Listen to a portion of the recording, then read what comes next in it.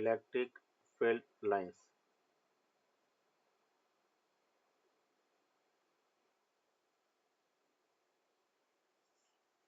Electric field lines में अपन कहेंगे the pictorial representation the pictorial representation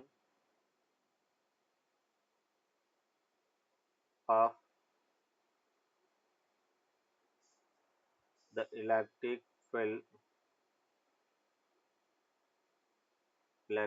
field is called electric field lines. The pictorial representation of the electric field is called electric field lines. या अपन कह सकते हैं the hypothetical lines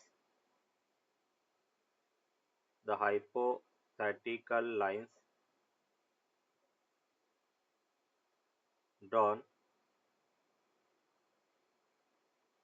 in the direction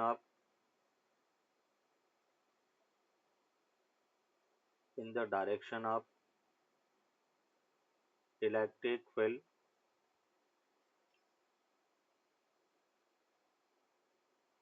is called electric field lines.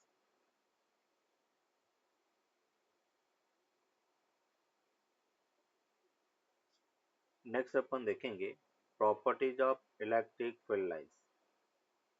ये तो electric field lines होता क्या वो अपने डिफाइन किया. अभी अपन देखेंगे properties of electric field lines.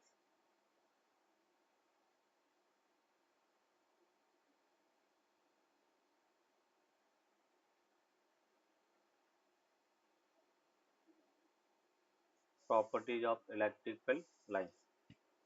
First property अगर अपन देखें तो हम कह सकते हैं the tangent drawn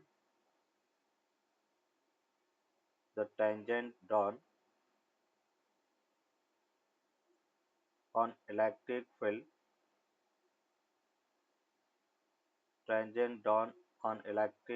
field lines gives the direction of electric field intensity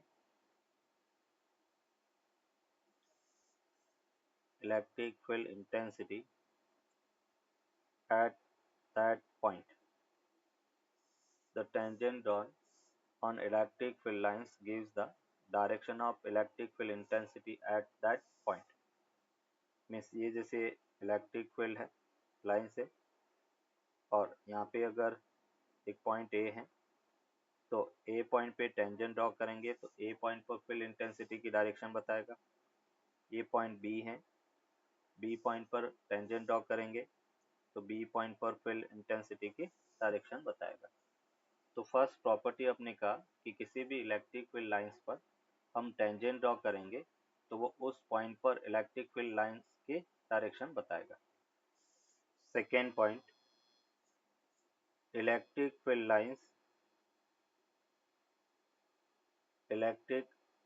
lines never form a closed loop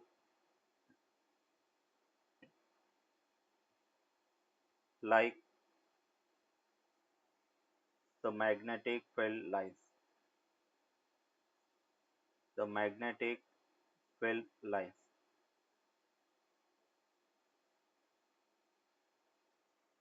जैसे अपन कह रहे कि मैग्नेटिक फील्ड लाइन से ये नॉर्थ पोल ये साउथ पोल होता है, इसमें इस टाइप से एक क्लोज लूप का फॉर्मेशन होता है. ये ऐसे क्लोज लूप का फॉर्मेशन होगा, बाहर नॉर्थ से साउथ, अंदर साउथ से नॉर्थ. जबकि अपन कह रहे कि अगर ये एक पॉजिटिव चार्ज है तो यहाँ पे अपन कह रहे कि नेगेटिव चार्ज है पॉजिटिव से अपन करें फील्ड लाइंस निकलेगी, नेगेटिव में इस टाइप से अपन करें कि एंटर करती है। यहाँ पे पॉजिटिव से निकल रही है, नेगेटिव पे टर्मिनेट हो रही है।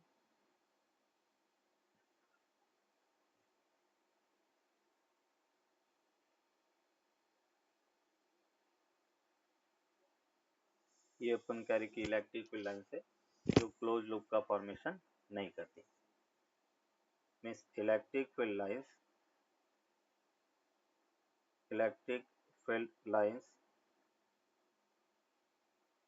starts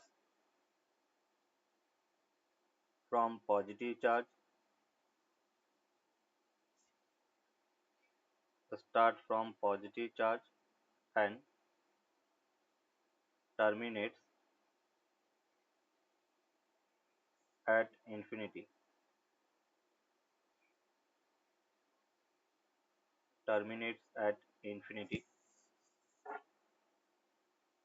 या starts from infinity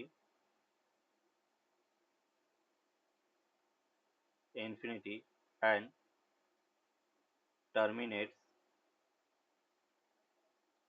on negative charge पर टर्मिनेट होगी। जैसे ये अपन कह रहे कि प्लस क्यू चार्ज है, प्लस क्यू से स्टार्ट होती है, इन्फिनिटी पर टर्मिनेट होगी। अगर अपन कह रहे कि यहाँ पे माइनस क्यू चार्ज है, इन्फिनिटी से स्टार्ट होती है और नेगेटिव पर टर्मिनेट होगी।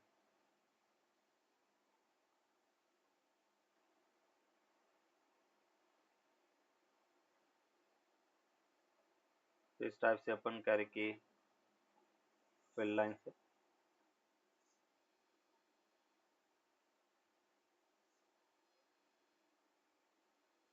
To electric field lines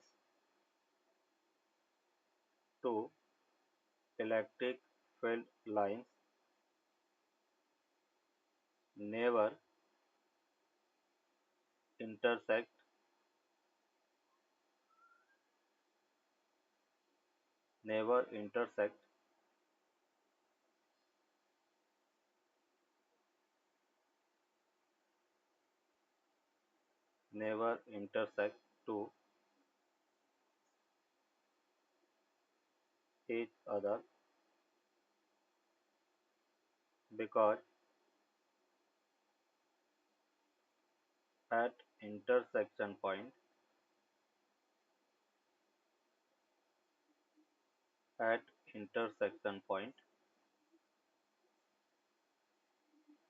we can draw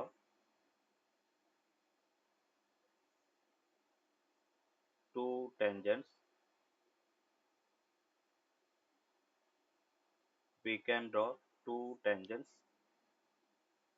which gives two different direction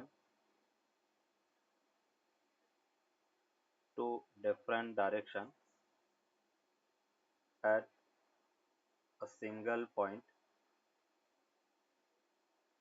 which is not possible.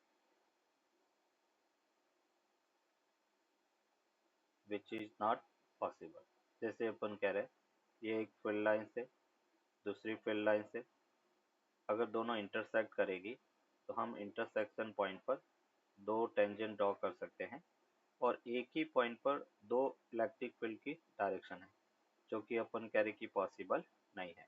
हमें कई बार एग्जाम में भी ये पूछा गया है कि why two electric field lines not intersect to each other. तो उसका रीजन ये है कि at intersection point we can draw two tangent which shows two different direction at a single point. तो इसलिए अपन कह रहे कि दो कभी भी फील्ड लाइंस आपस में इंटरसेक्ट नहीं कर सकती। फिफ्थ पॉइंट अपन कहेंगे कि electric field lines never intersect a conducting body। किसी भी कंडक्टिंग बॉडी को इलेक्ट्रिक फील्ड लाइन से वो इंटरसेक्ट नहीं कर सकती। जैसे बेटा अपन कह रहे कि ये एक कंडक्टिंग बॉडी है, अगर ये इलेक्ट्रिक फील्ड लाइंस है तो कुछ electric field lines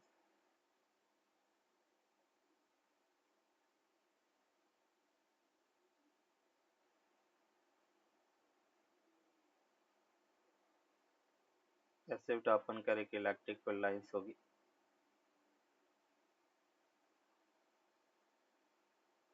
electric field lines हमेशा सरफेस के परपेंडिकुलर रहती हैं। अंदर बेटा फील्ड क्या होगा, जीरो। तो इस टाइप से अपन कह रहे कि कोई भी इलेक्ट्रिक फील्ड लाइंस है वो कंडक्टिंग बॉडी को इंटरसेक्ट नहीं करती। Six property, electric field lines electric field lines always perpendicular to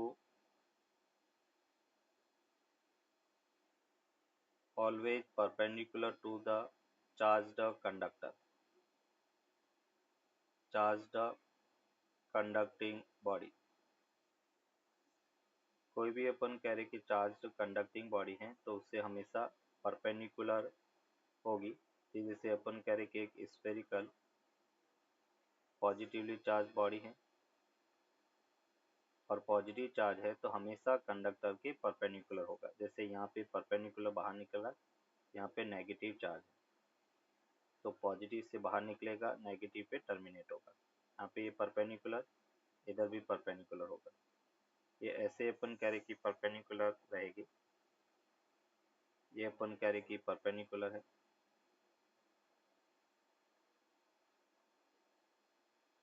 हमेशा अपन कह रहे कि कंडक्टिंग बॉडी की परपेंडिकुलर रहेगी।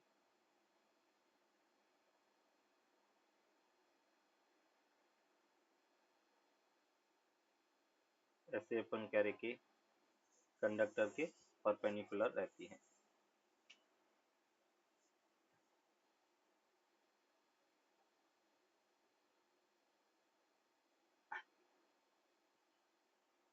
चार्ज्ड सर्कुलर डिस्क के कारण फील्ड इंटेंसिटी अपन देख रहे हैं।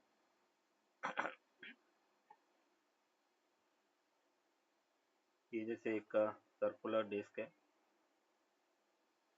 डिस्क ऑफ रेडियस आर है। सरफेस चार्ज डेंसिटी अपन कह रहे कि सिग्मा कूलम्ब पर मीटर स्क्वायर है।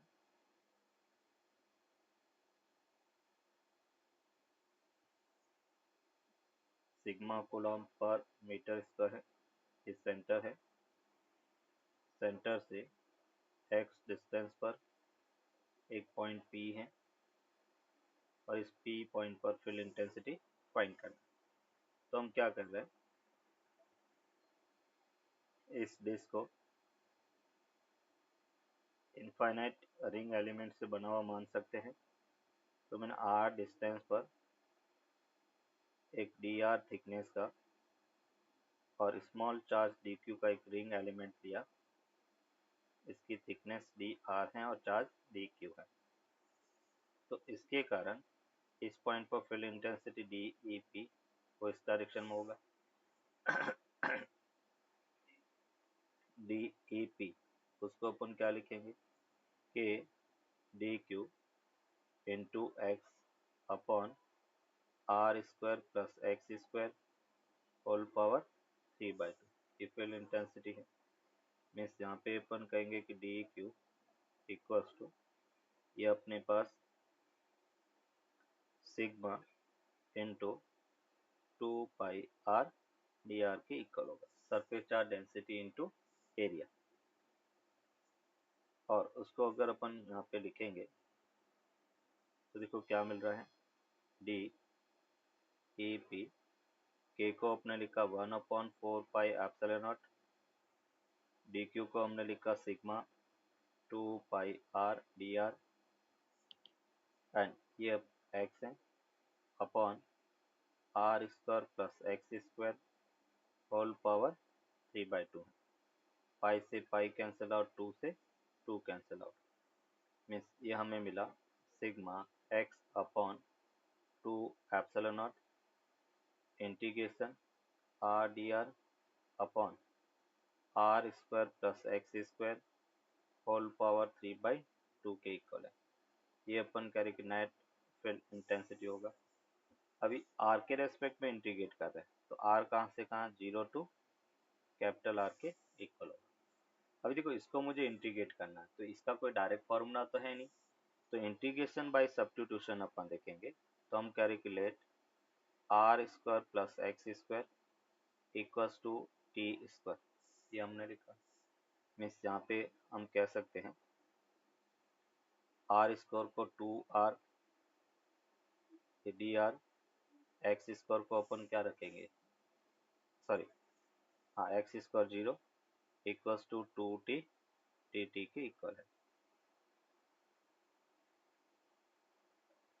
मीन्स यहाँ से 2 से 2 कैंसिल आउट हो गया, तो यहाँ पे अपन कह सकते हैं E P that will be equals to sigma x upon 2 epsilon not, और ये अपने पास होगा इंटीग्रेशन 0 टू, सॉरी अभी लिमिट में भी चेंज देख लेते हैं। लिमिट में अगर फोर लिमिट चेंज अगर देखें,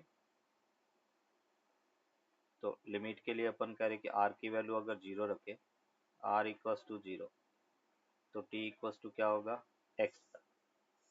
इसके अंदर आर की जगह बेटा मैंने 0 रखा, तो टी इक्वल्स टू एक्स मिला। फिर आर की जगह कैपिटल आर रखा, तो t equals to under root r square plus x square के इक्वल होगा, वो रिड्यूस हो जाएगा।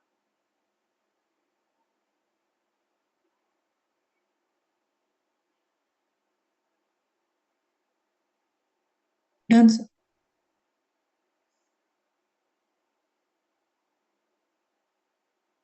तो यहाँ से अपने को मिला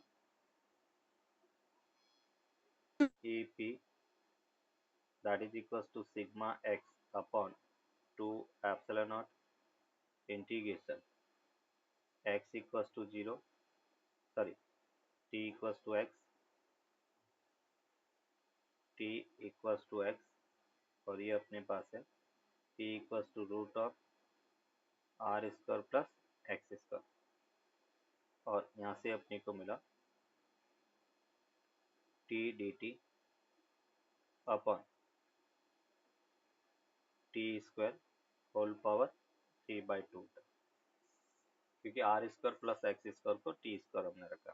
तो यहाँ से अपने को मिला sigma x upon 2 epsilon not, और ये अपने पास है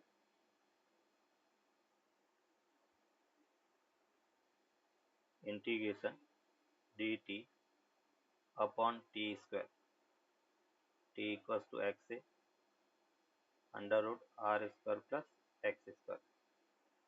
यहाँ से हमें मिला sigma x upon 2 epsilon naught 1 upon t square का minus 1 upon t equals to x से under root r square plus x square. Means यहाँ से अपने को मिला sigma x upon 2 epsilon not minus 1 upon under root r square plus x square minus of minus 1 upon x हो गया, upper limit minus lower limit.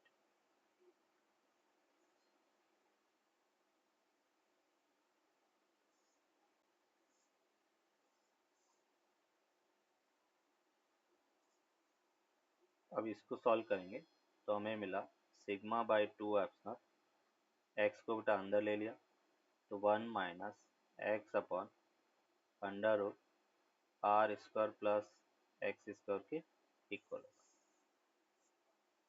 1 minus x upon root r square plus x square. तो यहाँ पे अपन कहेंगे कि field intensity E P that is equals to sigma by 2 epsilon, और ये अपने को मिला 1 minus x upon under root r square plus x square, और ये आई कैप के इक्वल होगा। ये डिस्क के कारण x डिस्टेंस पर फील्ड इंटेंसिटी है। अभी अपन कह रहे केस वन में अपन कह रहे कि F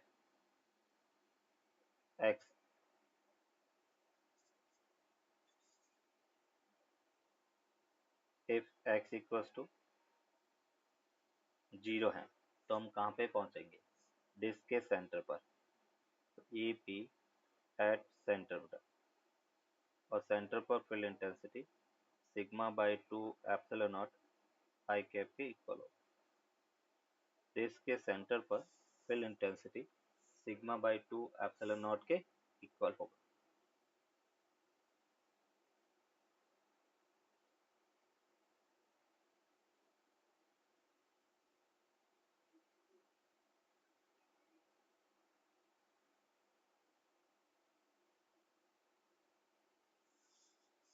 Total number of electric field lines passing through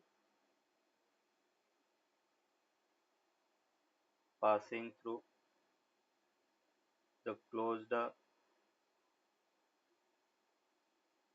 surface is called electric flux.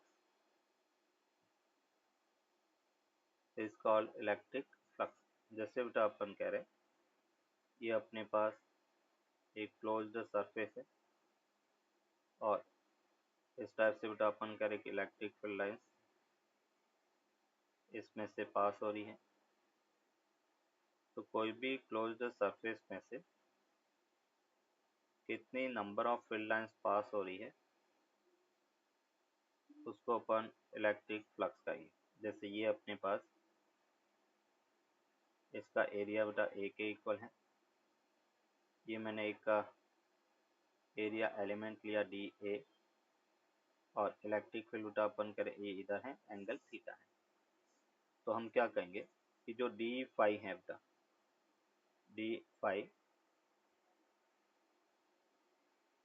वो होगा E into d A cos theta,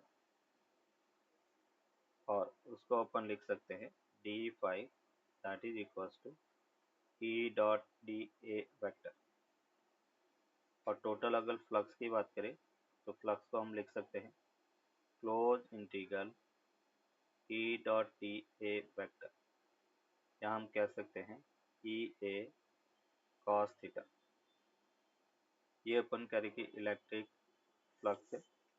और अगर अपन इसका ऐसा यूनिट देखें इलेक्ट्रिक फ्लक्स का, तो ऐसा यूनिट क्या होगा? अपन कहेंगे ई की यूनिट बेटा न्यूटन पर कूलम, इंटू अपन कह रहे कि मीटर स्क्वायर। ये इसका ऐसा यूनिट है, Newton upon coulomb into metre square. एक नोट करके अपन लिखेंगे कि बेसिकली इलेक्ट्रिक फ्लक्स है क्या। तो नोट में अपन ये कह सकते हैं कि electric flux is proportional to the number of field line. अगर हमें पूछा जाए कि एक कूलम से कितनी फील्ड लाइंस पास होगी, कितनी फील्ड लाइंस निकलेगी, तो हम उस चार्ज के कारण फ्लक्स फाइंड कर लेंगे, और फ्लक्स वही अपन कह रहे नंबर ऑफ फील्ड लाइंस होगा। तो दूसरे वे में अपन ये कह सकते हैं कि electric flux shows the total number of filled lines बेटा, total number of field lines. Electric flux है वो total number of field lines को शो करता है।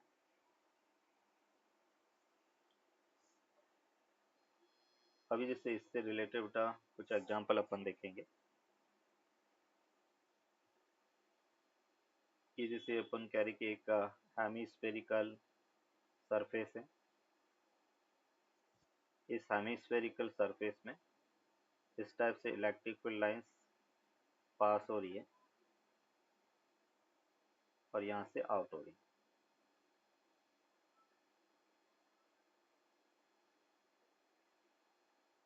इसकी रेडियस अपन करें कि आर के इक्वल है और इलेक्ट्रिक फील्ड ई है। हमें बेटा फ्लक्स फाइंड करना, तो फ्लक्स क्या होगा, यहाँ से फील्ड लाइंस बाहर निकल रही है तो अपन कहेंगे E into projection area. Projection area कितना बेटा, पाई आर स्क्वायर। ये अपन कह रहे कि इसका फ्लक्स होगा E into pi r square. अगर अपन कह रहे सेकेंड, ये जैसे अपन कह रहे कि अभी इसका ये एरिया इरेगुलर है ऐसा, बट बेस एरिया वो आर के इक्वल है। यहाँ से अपन कह रहे कि फील्ड लाइंस इन हो रही है और इस सरफेस से ऐसे आउट हो रही है। अब बेटा अपन कहेंगे कि केवल हम प्रोजेक्शन एरिया फ्लक्स फाइंड करना है, तो फ्लक्स होगा E into pi r square. उसकी कर्व सरफेस के एरिया पे डिपेंड नहीं करेगा। जिस रीजन में से इन हो रही है उसका एरिया पाई आर स्क्वायर है, प्रोजेक्शन एरिया। तो फ्लक्स को अपन लिखेंगे E into pi r square. यहाँ पर एरिया और फील्ड लाइंस भी बाहर है, एरिया भी बाहर है, तो अपन कह रहे कि जब भी फील्ड लाइंस आउट हो रही है तो हम फ्लक्स को पॉजिटिव लेते हैं। सर तो ये फील्ड लाइन सिर्फ वो सर्कुलर एरिया के हिसाब से लेते हैं या फिर केवल सरफेस के? नहीं, केवल इसके हिसाब से देखेंगे। ये जो है सरफेस वही अपन कह रहे हैं, इसको अपन पिचका देंगे तो क्या बनेगी, एक डिस्क बनेगी। तो अपन कह रहे कि डिस्क का एरिया कितना होगा, पाई आर स्क्वायर होगा। इसलिए फ्लक्स में अपन केवल नीचे वाला एरिया कंसीडर करेंगे, ऊपर कर्व सरफेस कैसी, ये बेसिकली हाइपोथेटिकल सरफेस है। यहाँ पे कोई कंडक्टर है वो जरूरी नहीं है, हाइपोथेटिकल सरफेस है। जो ऊपर का सरफेस है वो? पूरा ही हाइपोथेटिकल सरफेस है। हमने कहा ना, क्लोज सरफेस मतलब वो क्लोज सरफेस सॉलिड भी हो सकती है, हाइपोथेटिकल भी हो सकती है। मैंने यहाँ पे एक हाइपोथेटिकल रीजन लिया, उसमें से एक सरफेस बनाई, मतलब हाइपोथेटिकल कुछ भी सरफेस है, तो ये हेमी सरफेस है। तो और यहाँ से अंदर से ओपन ओपन है, होलो हेमी है, और यहाँ से फील्ड लाइंस बाहर निकल रही है।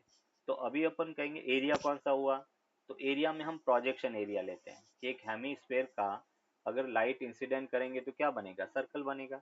और सर्कल है तो एरिया क्या होता है, पाई आर स्क्वायर होता है। तो इसलिए अपन कहेंगे E into pi r square. ये अपन करें कि फ्लक्स होगा। कर्व सरफेस के एरिया पे डिपेंड नहीं करता है, उसके प्रोजेक्शन एरिया पे डिपेंड करेगा। तो वो फील्ड लाइन सिर्फ बेस से परपेंडिकुलर होगी और सरफेस से परपेंडिकुलर नहीं होगी? प्रोजेक्शन एरिया है वो डिस्क होगा। यहाँ पे जो एरिया अपन ले रहे हैं वो प्रोजेक्शन एरिया ले रहे हैं। जैसे अपन कह रहे कि ये अगर हेमिस्फेयर है और मैं यहाँ से लाइट इंसिडेंट करता हूँ, तो इसका एरिया क्या बनेगा, एरिया ऐसे ही बनेगा ना, एक डिस्क का एरिया होगा पाई आर स्क्वायर। तो हमें इसका प्रोजेक्शन एरिया लेना है। Okay sir, understood.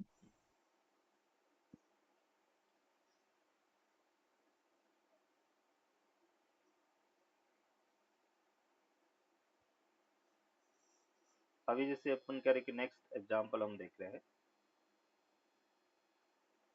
ये जैसे बेटा अपन कह रहे कि एक हेमिस्फेयर है।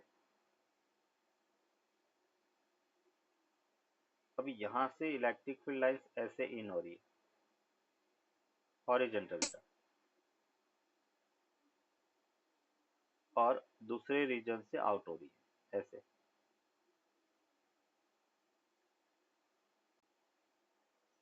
और हमें पूछा गया है ये ई है, इसकी रेडियस बेटा अपन कह रहे कि आर के इक्वल है। बोलो अभी फ्लक्स कितना होगा, तो यहाँ पे अपन कह रहे कि फ्लक्स जीरो होगा, क्योंकि जितना फ्लक्स इन हो रहा है उतना ही फ्लक्स आउट होगा। कैसे, सपोज बेटा अपन कह रहे कि इसका एरिया ऐसे होगा,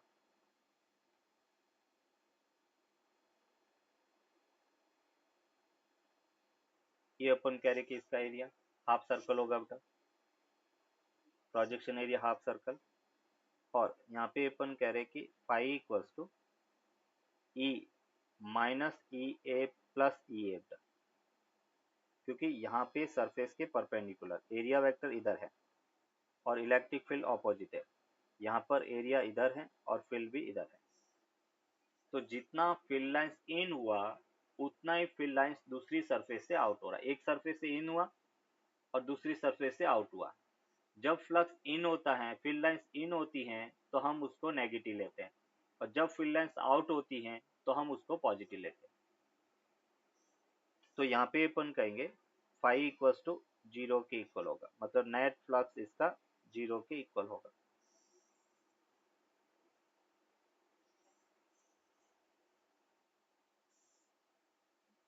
ई को लिखा के क्यू बाई डिस्टेंस का स्क्वायर, डी ए को 2 pi r d r cos theta base upon hypotenuse, pi से पाई कैंसिल आउट, 2 से 2 कैंसिल आउट। मीन्स यहाँ से हम लिख सकते हैं इसको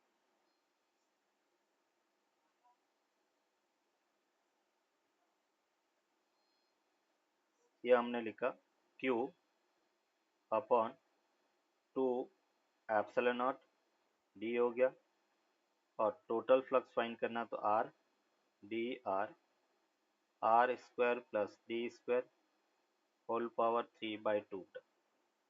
आर की वैल्यू 0 टू कैपिटल आर। जैसे अपने डिस्क के फील्ड इंटेंसिटी में इंटीग्रेशन किया था, सेम वैसा ही इंटीग्रेशन यहाँ पे अपने को मिलेगा।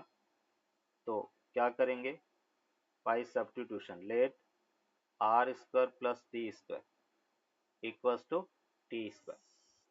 अभी हम इसको डिफ्रेंशिएट करेंगे तो आर स्क्वायर को लिखा 2r डी स्क्वायर का 0 और टी स्क्वायर का 2t dt, 2 से 2 कैंसिल आउट, तो हमें मिला r d r equals to t d T.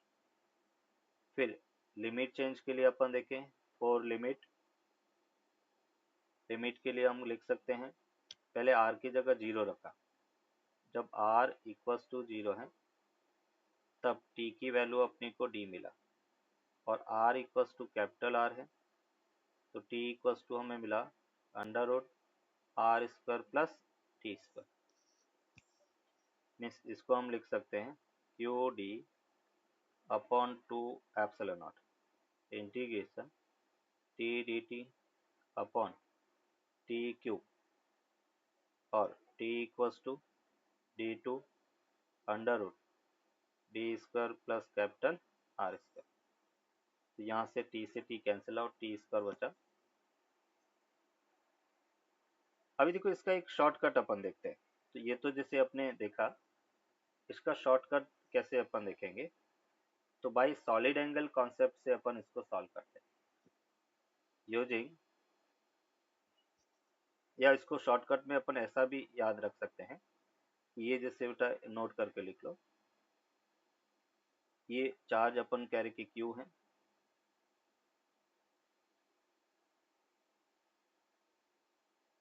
ये बेटा डिस्टेंस डी है, रेडियस आर है, और अपनी को पूछा जाए कि इसके अंदर से कितनी फील्ड लाइंस पास होगी, तो ये एंगल बेटा अपन कह रहे कि थीटा है। तो हम डायरेक्टली इसको ऐसा लिख सकते हैं कि जो फ्लक्स है phi equals to q by 2 epsilon naught 1 minus cos theta के इक्वल होगा। Q by 2 epsilon naught 1 minus cos theta, and cos theta को अपन क्या लिख सकते हैं, कॉस थीटा होता base d upon hypotenuse d square plus r square, और जो थीटा है उसको अपन सेमी कोन एंगल कह सकते हैं, semi cone angle.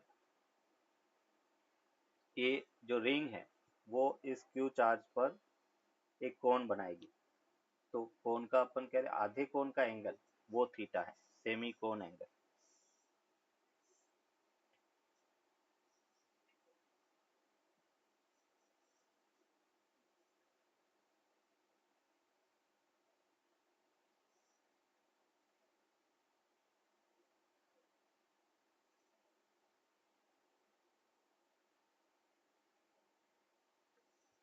Done sir.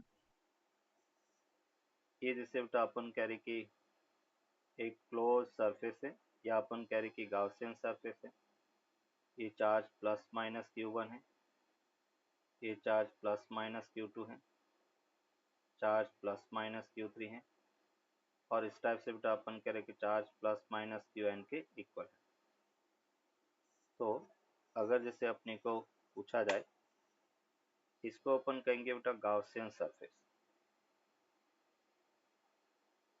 Gaussian surface,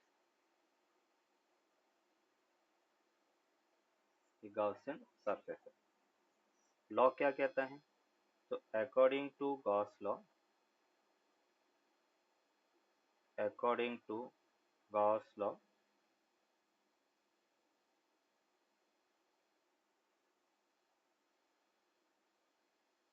the surface integral of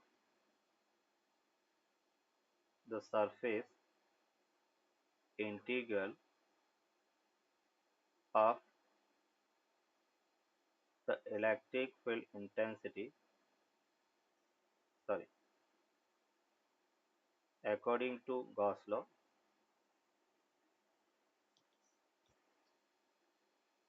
the net outward flux, net outward flux through a closed surface, a closed surface is equal to, is equal to the ratio of enclosed charge to the electrical permittivity of vacuum, electrical permittivity of vacuum. The net outward flux through a closed surface is equal to the ratio of enclosed charge to the electrical permittivity of vacuum. Means यहाँ पे अपन कह सकते हैं कि जो phi है वो बेटा क्या होगा, टोटल एनक्लोज चार्ज अपॉन अपन कह रहे कि epsilon naught, phi equals to q enclose charge upon epsilon naught के इक्वल है। तो इसको अपन कह सकते हैं फाई एनक्लोज चार्ज क्या होगा, plus minus Q1 plus minus Q2 up to अपन कैरी की plus minus Q1 upon epsilon not, और उसको अपन कह सकते हैं sigma q i equals to 1 to n बेटा plus minus upon epsilon naught. ये अपन कह रहे कि टोटल आउटवर्ड फ्लक्स है।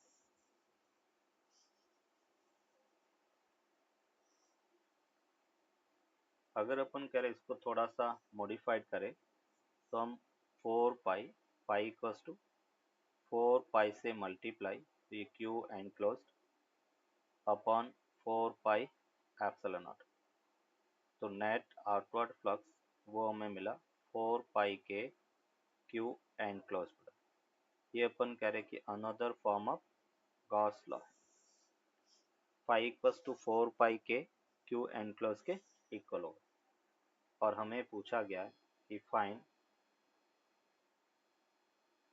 The net flux passing through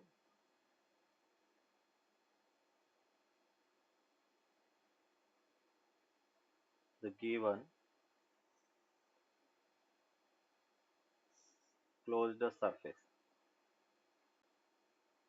passing through the given closed surface। इस गिवन क्लोज्ड सरफेस के कारण फ्लक्स कितना है वो अपने को फाइंड करना है, एप्सिलॉन नॉट। यहाँ पर Q3 का कोई काम नहीं है, क्योंकि Q3 के कारण जितनी फील्ड लाइंस इन होगी उतनी आउट हो रही है। तो इनकमिंग फ्लक्स को नेगेटिव तो आउटगोइंग फ्लक्स पॉजिटिव हो गया, दोनों इक्वल एंड ऑपोजिट, तो नेट फ्लक्स क्या हो गया, जीरो। तो यहाँ पे Q1 plus Q2 by epsilon naught के इक्वल होगा। इसमें बेटा नोट करके अपन लिखेंगे first point, electric flux only depends on enclosed charge बेटा, only depends on enclosed charge। केवल एनक्लोज चार्ज पे अपन कैरी की डिपेंड करता है और किसी चार्ज पे अपन कैरी की डिपेंड आउटर चार्ज पे डिपेंड नहीं करेगा। सेकेंड, अगर हमें इलेक्ट्रिक फील्ड इंटेंसिटी पूछा जाए, इलेक्ट्रिक फील्ड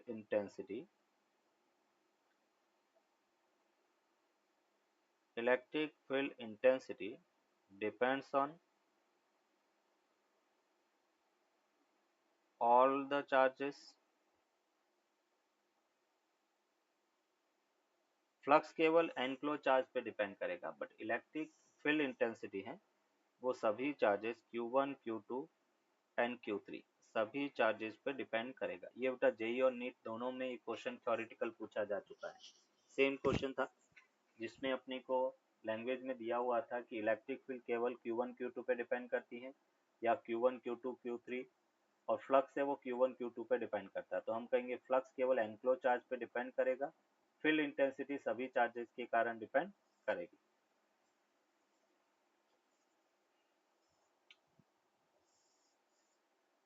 का क्यूबिकल क्लोज्ड सरफेस है, क्यूबिकल क्लोज सरफेस है जिसके सेंटर पर चार्ज Q रखा गया और हमें फ्लक्स फाइंड करना। बोलो बेटा फर्स्ट सरफेस के कारण फ्लक्स क्या होगा? Q by epsilon naught, total enclose charge Q upon epsilon naught. Second surface के कारण भी फ्लक्स क्या होगा? तो phi equals to Q by epsilon naught, enclose charge upon epsilon naught. अभी इससे क्या पता चलता है? देखो हम कहेंगे कि जो इलेक्ट्रिक फ्लक्स हैं वो सरफेस की शेप पर डिपेंड नहीं करता है। जो गाउसियन सरफेस हम ले रहे हैं स्फेरिकल है या क्यूबिकल है उस पर डिपेंड नहीं करता है। तो यहाँ पे अपन कहेंगे कि electric flux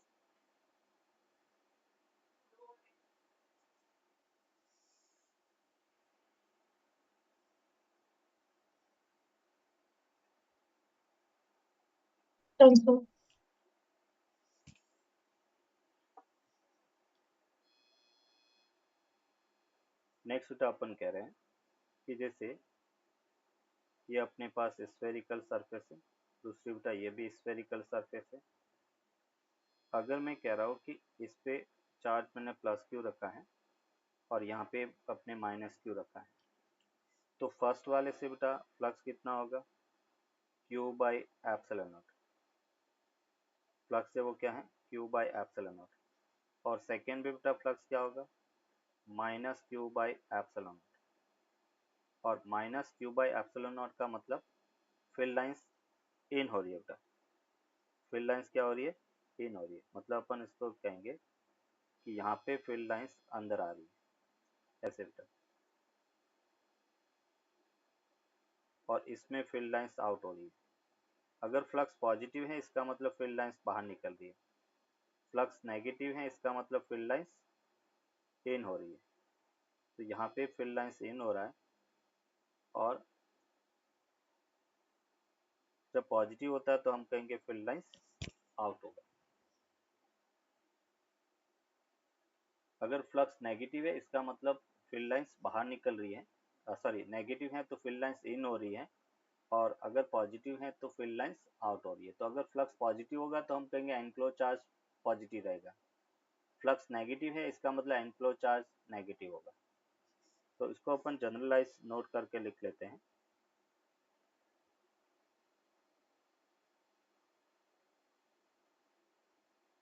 If the net electric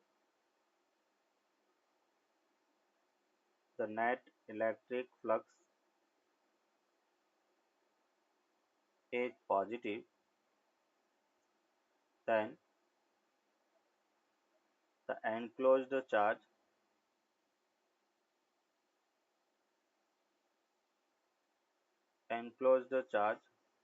will be positive. Second, if the net electric flux is negative, then the enclosed charge will be negative. Flux negative है तो एनक्लोज चार्ज भी नेगेटिव होगा। Flux the position of the charge in Gaussian surface, in Gaussian surface, Gaussian surface के अंदर charge की position पे flux depend कह सकते हैं, Q बाई एप्सिलॉन नॉट के इक्वल होगा, Q बाई एप्सिलॉन नॉट के इक्वल है। अगर अपन कह रहे हैं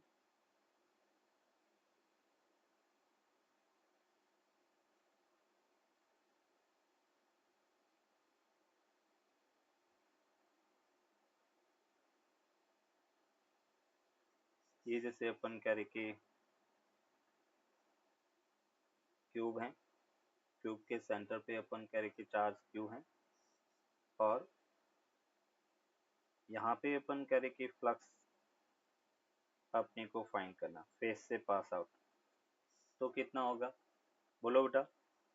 क्यूब के सेंटर पर एक चार्ज Q रखा गया है और उसके एक फेस से पास होने वाला फ्लक्स पूछा गया, कितना होगा? Sir 0। No, Q by epsilon naught। नहीं, Q बाई एप्सिलॉन नॉट तो टोटल फ्लक्स होगा। देखो Q by epsilon naught total flux है और एक क्यूब में टोटल 6 फेस होते हैं, तो टोटल 6 में डिवाइड कर दिया, तो अपन कह रहे कि एक फेस से कितना फ्लक्स पास हो गया, Q बाई 6 एप्सिलॉन नॉट के इक्वल होगा। टोटल फ्लक्स को 6 इक्वल पार्ट में डिवाइड कर दिया, तो फ्लक्स अपने को मिला Q by 6 epsilon not.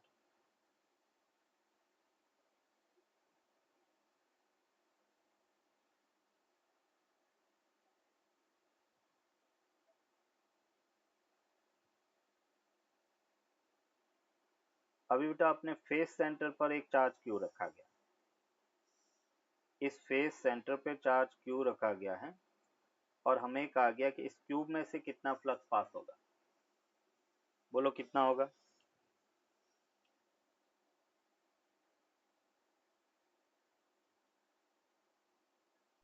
Q by epsilon naught। नहीं, Q बाई एप्सिलॉन नॉट तो टोटल फ्लक्स होता है। अगर इस पॉइंट इस चार्ज को कवर करना तो एक क्यूब अपन और रख देंगे यहाँ पे, एक क्यूब जैसे बेटा इस टाइप से हमने रखा, तो आधा फ्लक्स इसमें से पास होगा और आधा फ्लक्स इसमें से पास होगा, तो टोटल फ्लक्स अपने पास Q बाई एप्सिलॉन नॉट है, उसको दो इक्वल पार्ट में डिवाइड कर लो, तो क्यूब में से पास हो गया Q बाई 2 एप्सिलॉन नॉट के इक्वल होगा।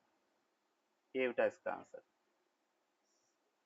क्यूब के किसी फेस सेंटर पर चार्ज रखेंगे तो आधा फ्लक्स क्यूब में से पास होगा और आधा फ्लक्स बाहर निकलेगा, तो टोटल का हाफ फ्लक्स अपन कह रहे कि इस क्यूब में से पास होगा। क्यूब के एक Q side by 4 epsilon naught। Cube by 4 epsilon, good. Total flux कितना है? क्यूब बाई एप्सिलॉन नॉट, और इस साइड को कवर करने के लिए टोटल 4 क्यूब की रिक्वायरमेंट होगी, तो चारों में इक्वली डिवाइड हो जाएगा, तो हम कहेंगे क्यू बाई 4 एप्सिलॉन नॉट के इक्वल होगा।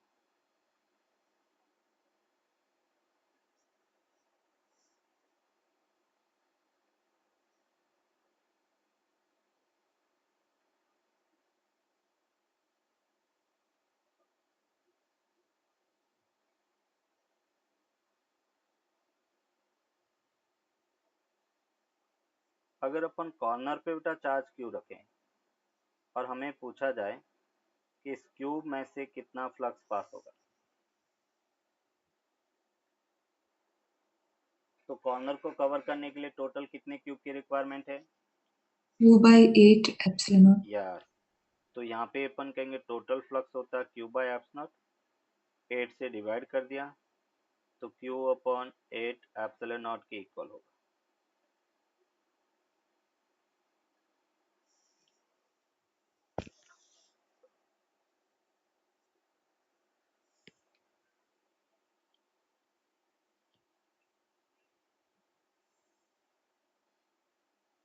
और हमें पूछा गया है कि स्क्वायर में से कितना फ्लक्स पास होगा।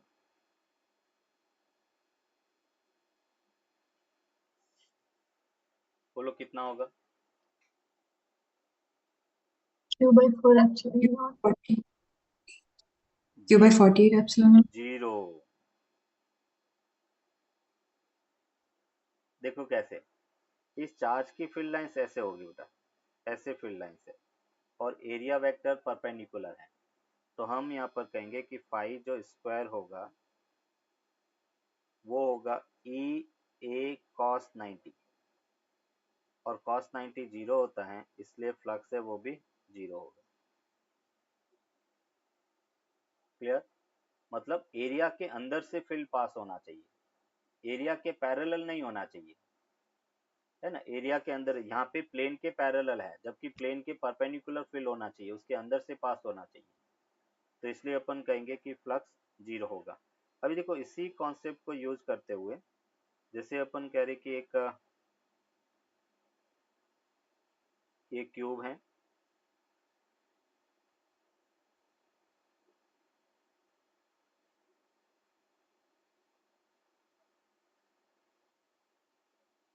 ये क्यूब है, क्यूब के कॉर्नर पर अपने क्यू चार्ज रखा गया है, और हमें कहा गया है कि इस वाले फेस से कितना फ्लक्स पास होगा, इस गिवन फेस से कितना फ्लक्स पास होगा वो अपने को बताना है।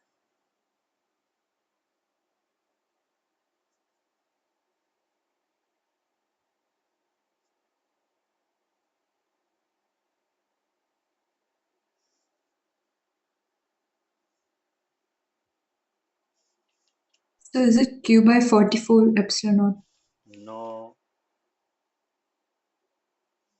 देखो अभी क्या होगा, हम कहेंगे कि एक तो जो पीछे वाली सरफेस है बेटा, ये जो पीछे वाली सरफेस है उसमें से कोई फ्लक्स पास नहीं होगा, क्योंकि वो एक स्क्वायर के कॉर्नर पे हो गया। दूसरा अपन कहेंगे कि अगर मैं इस वाली सरफेस की बात कर रहा हूँ,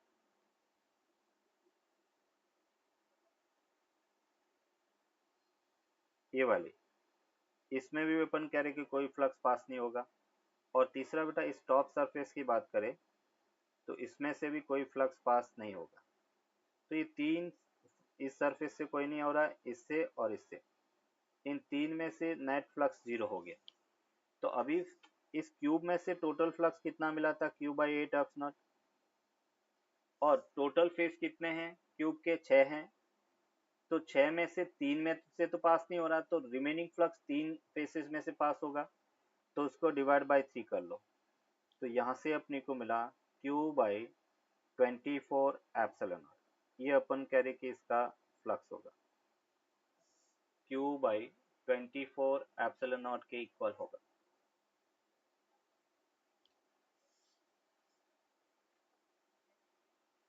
Sir, can you explain कि वो 3 phases में क्यों नहीं जाएगा? क्योंकि अभी हमने कहा कि स्क्वायर के कॉर्नर पे अगर रखा होता है तो उस स्क्वायर में से फ्लक्स जीरो हो गया। तो उसी टाइप से अपन कह रहे कि ये क्यू है वो इन तीनों स्क्वायर के कॉर्नर पे रखा गया है। तो इन तीनों जो फेसेस है जो इस कॉर्नर को टच कर रही है, उन सब तीनों फेसेस में से तो जीरो हो गया, क्योंकि वो स्क्वायर के कॉर्नर पे हो गया। तो रिमेनिंग जो फ्लक्स है तीन फेसेस में से पास होगा। तो हमने total flux Q/8 epsilon cube में से पास हो रहा था, उसको 3 से डिवाइड कर दिया, तो अपने को Q/24 एप्सिलॉन नॉट मिला। Okay, sir. इससे रिलेटेड अपने को अपनी टेक्स्ट बुक में भी क्वेश्चन दिया हुआ है। देखो एक टेक्स्ट बुक का क्वेश्चन देखते हैं एनसीईआरटी में, और फिर अपन इस बार जेई में पूछा गया क्वेश्चन देखेंगे। ये एक स्क्वायर है, स्क्वायर ऑफ साइड लेंथ बेटा अपन कह रहे कि ए है, और हम सेंटर से a/2 डिस्टेंस पर एक क्यू चार्ज रखा गया है, a/2 डिस्टेंस पर एक क्यू चार्ज रखा गया है, और हमें कहा गया है कि इस फेस में से कितना फ्लक्स पास होगा, इसमें से पास होने वाला फ्लक्स अपने को फाइंड करना। इस स्क्वायर में से कितना फ्लक्स पास होगा वो फ्लक्स अपने को फाइंड करना।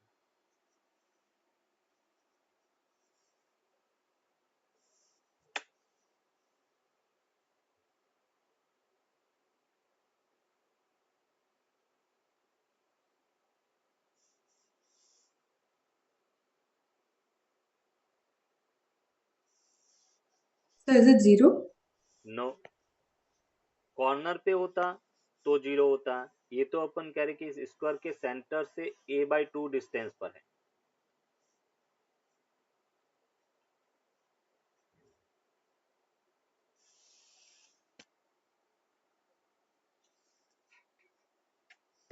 बोलो स्तुति कितना होगा? सर एक minute. Flux passing through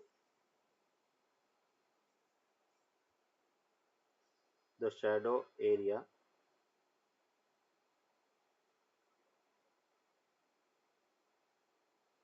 the flux passing through the shadow area is given by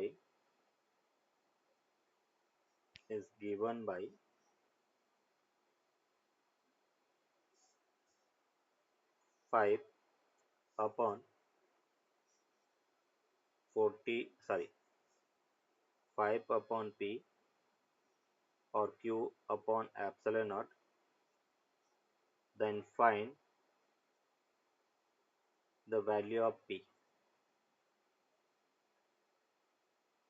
p की वैल्यू क्या है वो अपने को फाइंड करना। सेम क्वेश्चन जो अभी हमने कहा था बेटा, उसी टाइप से एक सर क्यूब। मुझे फिगर नहीं समझ आता। फिगर बेटा एक ये स्क्वायर है और इस स्क्वायर के अंदर इतना जो है एरिया है वो अपने ये डार्क एरिया है, उसमें से कितना फ्लक्स पास होगा वो अपने को फाइंड करना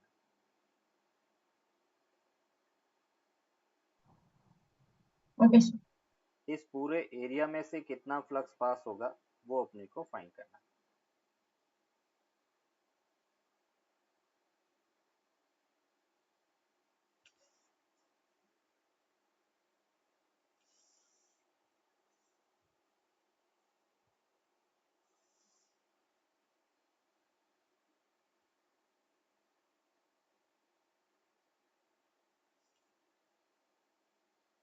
देखो अभी हमने देखा था बेटा कि इस फेस में से टोटल फ्लक्स कितना पास होगा, q/6 एप्सिलॉन नॉट बेटा।